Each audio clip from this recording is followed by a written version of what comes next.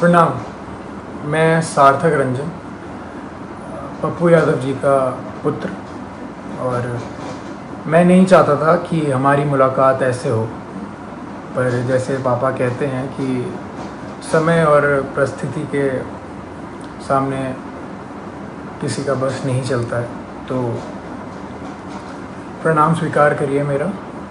और मैं कल जो हुआ उसके बारे में बात करना चाह रहा हूँ। कल दो घटनाएं हुई, एक जो बिल्कुल नहीं होनी चाहिए थी और दूसरी के बारे में सोच के सुकून मिलता है। कल हम सब ने मिलके एक व्यक्ति के ऊपर अन्याय जो हुआ है, हम सब ने मिलके ट्विटर पे हमने उस ट्रेंड को नंबर 1 कर दिया और काफ़ी घंटों तक रहा। मैंने भी ट्वीट किया घर पे अपने आराम से सोफे में बैठ के, उसे नंबर 1 ट्रेंड की दौड़ पे लगे रहे सोचा। पर वो कल हुआ और कल चला गया है, और अब जब जेल जाने की बारी आई है तो मेरे पिता अकेले हैं। कल 9 बजे से लेके आज सुबह 3 बजे तक वो सिर्फ एक मुजरिम की तरह ट्रीट हुए हैं, और मैं जानना चाहता हूं कि उनका जुर्म है क्या। हॉस्पिटल्स की जो हालत है बिहार में, उसकी सच्चाई दिखाना जुर्म है, या दवाइयाँ नहीं हैं तो जिनको ज़रूरत है उनको दवाइयाँ पहुँचाना जुर्म है, लोगों को खाना देना जुर्म है, या जो काला बाजारी चल रही है दवाइयों की उसको पेश करना जुर्म है। सबसे बड़ा जुर्म मेरे को ये लग रहा है कि एक नेता के घर पे जो छापा मार के उन्होंने आप लोगों के लिए जो एम्बुलेंसेस यूज़ होनी थी वो बस घर पे पड़ी हुई थी, और वो बस ये चाह रहे थे कि वो सारी एम्बुलेंस यूज़ हों आप लोगों के लिए। मुझे लग रहा है कि यही जुर्म उनका सबसे बड़ा रहा।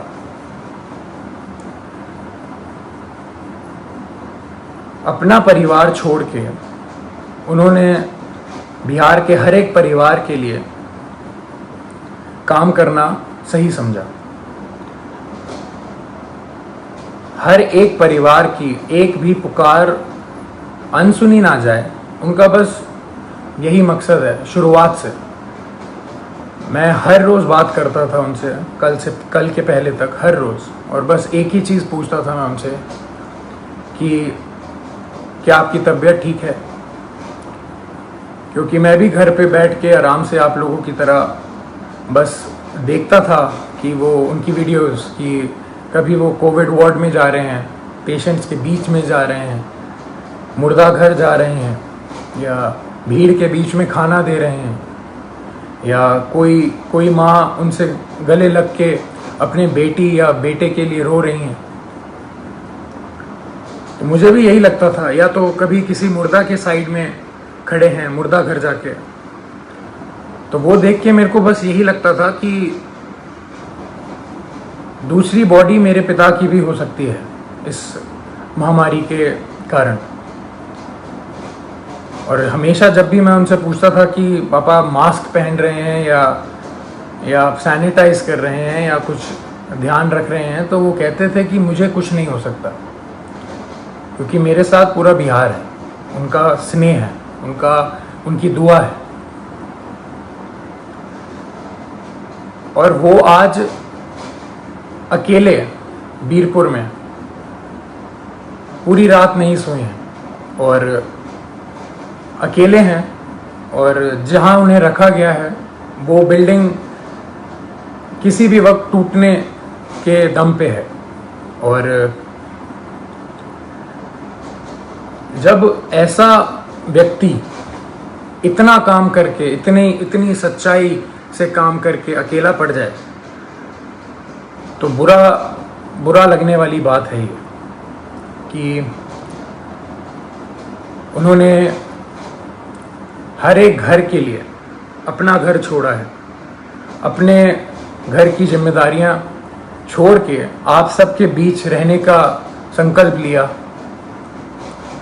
आप सबके लिए जीने के लिए संकल्प लिया। हमने कल बहुत साथ दिया उनका ट्विटर पे और इस पे नहीं, पर सिर्फ ट्विटर ही चीज़ नहीं रह गई है, सिर्फ नंबर 1 ट्रेंड होना ही नहीं रह गया है। जब ऐसा व्यक्ति अकेला पड़ जाए जो रात दिन सेवा करे लोगों की और लोगों के लिए ही जिए, अपना सब कुछ छोड़ के, अपना सब कुछ त्याग के। हम लोगों ने बोलते थे आ जाइए, आप वापस आ जाइए, ठीक नहीं है, रिस्की है, सही नहीं रहेगा, मगर उनका एक ही कहना था हमेशा कि बिहार के लोगों को मेरी ज़रूरत है और मैं बस वही कर रहा हूँ। अपने बारे में, अपनी जान के बारे में बिल्कुल ना सोचते हुए वो बस आप लोगों के लिए काम रात दिन करते रहे। हॉस्पिटल में छापा मारना हो तो पप्पू यादव जाएंगे, खाना देना हो तो पप्पू यादव देंगे, दवाई देना हो तो पप्पू यादव देंगे, बेड चाहिए, ऑक्सीजन चाहिए, एम्बुलेंस चाहिए तो पप्पू यादव करेंगे। अभी हमारे बीच पप्पू यादव कौन बनेगा? कहां से लाएंगे हम दूसरा? हम उन्हें अकेला इस टाइम पे नहीं छोड़ सकते। मैं बेटा हूँ इसलिए ये सारी बातें कर रहा हूँ, नहीं। अगर मैं सिर्फ एक बेटे की तरह सोचता तो शायद मैं उनको ज़बरदस्ती बहुत पहले घर बुला चुका होता, पर मैं एक नागरिक की तरह सोचूं तो बहुत बुरा लग रहा है। जो आदमी रात दिन एक करके सिर्फ दूसरों के लिए जिए और उसके साथ ऐसा अन्याय हो, ये बिल्कुल मंजूर नहीं है, ना हम लोगों को मंजूर करना चाहिए। मैं पहली बार आया हूँ आप सबके सामने और ये बिल्कुल भी एक्सेप्ट करने वाली चीज़ नहीं है जो हुआ है मेरे पिता के साथ। कल से हुए जा रहा है और अभी भी हो रहा है। बाढ़ का पानी हो, बाढ़ के पानी में चलना हो, या इस महामारी के टाइम पे हॉस्पिटल जाना हो, या भीड़ में जाना हो, या मुर्दा घर जाना हो, तो सिर्फ पप्पू यादव ही जाएगा। और जेल जाना हो तो सिर्फ मेरे पिता पप्पू यादव ही जाएंगे। ऐसा क्यों? ऐसा मैं समझ नहीं रहा हूँ, ऐसा हो क्यों रहा है? ऐसा होता क्यों है? हमेशा एक आदमी जब दूसरों के लिए जिए जा रहा है 2400 घंटे, तो जब उसको ज़रूरत पड़ती है तो वो हमेशा अकेला कैसे पड़ जाता है? हमेशा उसकी आंखों में आंसू रहते हैं हर एक काम करने के बाद। हम अकेले पड़ जाते हैं, उसका पूरा परिवार अकेले पड़ जाता है। हम क्यों अकेले रह जाते हैं जब वो व्यक्ति रात दिन बस दूसरों के लिए जीता है? तो दूसरे क्यों नहीं खड़े हो सकते उसके लिए? क्यों नहीं आवाज निकाल सकते? क्यों नहीं हम अगर एक पप्पू यादव बिहार के लिए इतना कर सकता है तो सोचिए 2 पप्पू यादव या 10 पप्पू यादव या 1 लाख पप्पू यादव कितना करेंगे। मैं कहूंगा मेरे पिता का नाम सिर्फ एक नाम नहीं है, वो सिर्फ एक व्यक्ति नहीं है, वो एक जुनून है। जो वो जुनून हर एक के अंदर रहता है। मेरे अंदर भी है, मेरी बहन के अंदर भी है, मेरे भाई के अंदर भी है, और आप सबके अंदर। वो सारा जुनून एक साथ अगर काम करे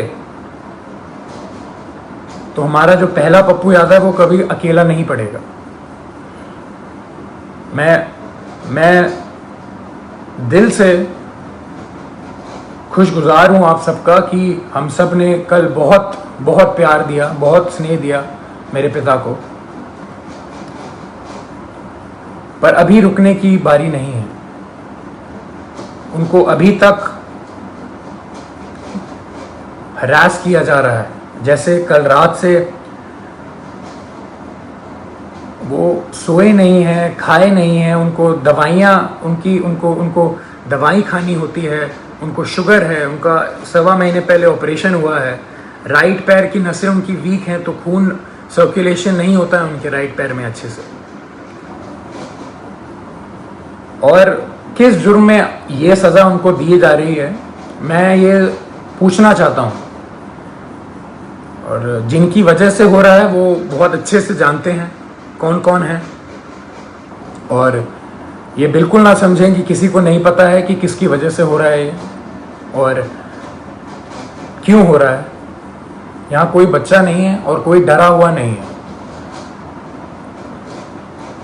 पप्पू यादव ना कभी किसी से डरा है, ना कभी डरेगा। जब ये जुनून हर एक के अंदर है और हर एक बंदा, हर एक माँ, हर एक बेटी, हर एक भाई जब उसके पीछे खड़ा रहेगा और उसको पूरा विश्वास है कि हर एक बिहार का व्यक्ति उनके साथ है, वो कल साबित हुआ है। मैं बस ये कह रहा हूँ कि वो सिर्फ कल पे ही सीमित नहीं होना चाहिए, ये मुहिम चलती रहनी चाहिए। यही मेरे पिता का सबसे बड़ी जीत है। उनको पद से कोई लेना देना नहीं है। उनकी सबसे बड़ी जीत ही इसमें है कि उनके साथ सारे सच्चे लोग खड़े रहें, पूरा बिहार खड़े रहे, बिहार खुश रहे। उनकी सबसे बड़ी जीत यही है। तो जब हम सब में ये जुनून है तो हम सब मिलके इस मुहिम को, इस भ्रष्टाचार के खिलाफ जो हमने मुहिम छेड़ी है, जो ये भ्रष्टाचार मेरे पिता के खिलाफ हो रहा है, जिस जुर्म में जो कोई नहीं बता सकता, जो कोई बता ही नहीं सकता कि जुर्म है क्या, मैं चाहूँगा हम सब एक साथ मिलके इस भ्रष्टाचार के खिलाफ जो मुहिम मेरे पिता ने छेड़ी है, लाखों की कतार में हम एक सब मिलके इसके खिलाफ आवाज़ उठाएं और मेरे पिता को जो जीत हमेशा देखी है उन्होंने बिहार के लिए, वो रास्ता, वो राह, वो पथ पे हम सबको चलते रहना है। इसी में उनकी सबसे बड़ी खुशी और सबसे बड़ी जीत है।